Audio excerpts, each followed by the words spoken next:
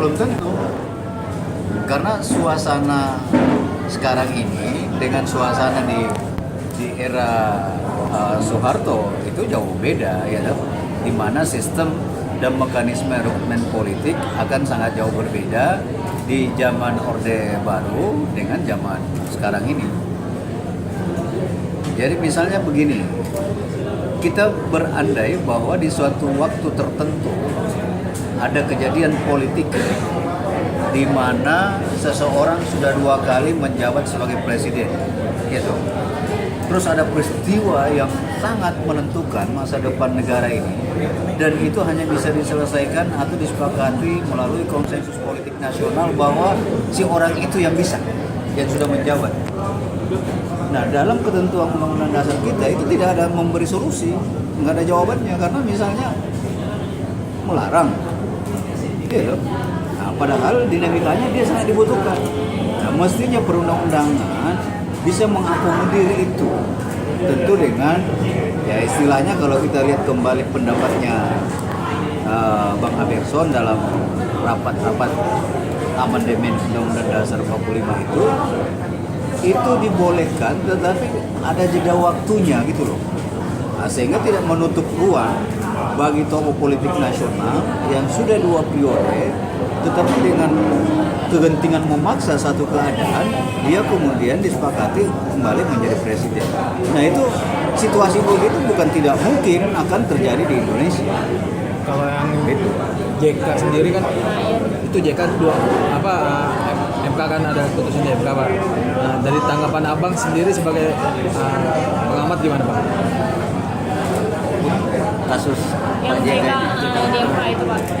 Ya, Pak JK saya lihat di beberapa komentar kan hanya berkeinginan supaya ada kepastian hukum, gitu. Ada kepastian hukum, dan kepastian hukum itu bermanfaat bagi kepentingan generasi kepemimpinan politik nasional di masa mendatang. Nah, 2 soal itu yang akan terjawab dengan putusan MK nanti. Bahwa itu kemudian diterima misalnya, ya itu akan memiliki multi efek secara ketatanegaraan, termasuk dalam hal dibolehkannya 2 kali lebih, ya dengan masa jeda, saya kira, untuk menangani situasi tertentu. Nah, yang kedua, tetapi kepastian hukum itu juga akan memberi manfaat kepada generasi para politisi mendatang, bahwa kalau dia ditolak itu berarti pasal 7 itu sudah jelas tafsirnya, gitu. Sehingga pada pemilu 2024 dan masa yang akan datang itu tidak ada lagi pertentangan-pertentangan, perdebatan konstitusionalitas berkaitan dengan pasal 7 itu. Terus Pak, ada kemungkinan nggak sih Pak kalau misalnya dikabulkan, seandainya MK ini dikabulkan, kemungkinan JK untuk lanjut apakah ada mendampingi Pak Jokowi, dan wakilnya nanti apakah dari kira-kira golongan A atau golongan B? Lah, kan ini semua orang ribut.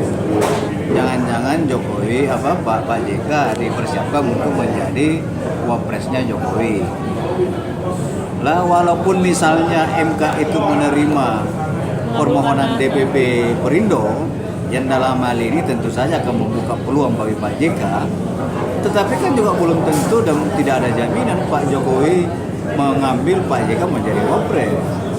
Jadi tendensinya bukan dalam kepentingan itu, saya kira, tetapi memberi kepastian hukum. Kalau juga misalnya nggak diambil, kan bagi Pak JK seperti yang beliau katakan tidak ada masalah, tetap mendukung Pak Jokowi. Nah, jadi sebenarnya urgensinya Perindo untuk mengajukan KMK itu bagaimana sih tanggapan Bapak?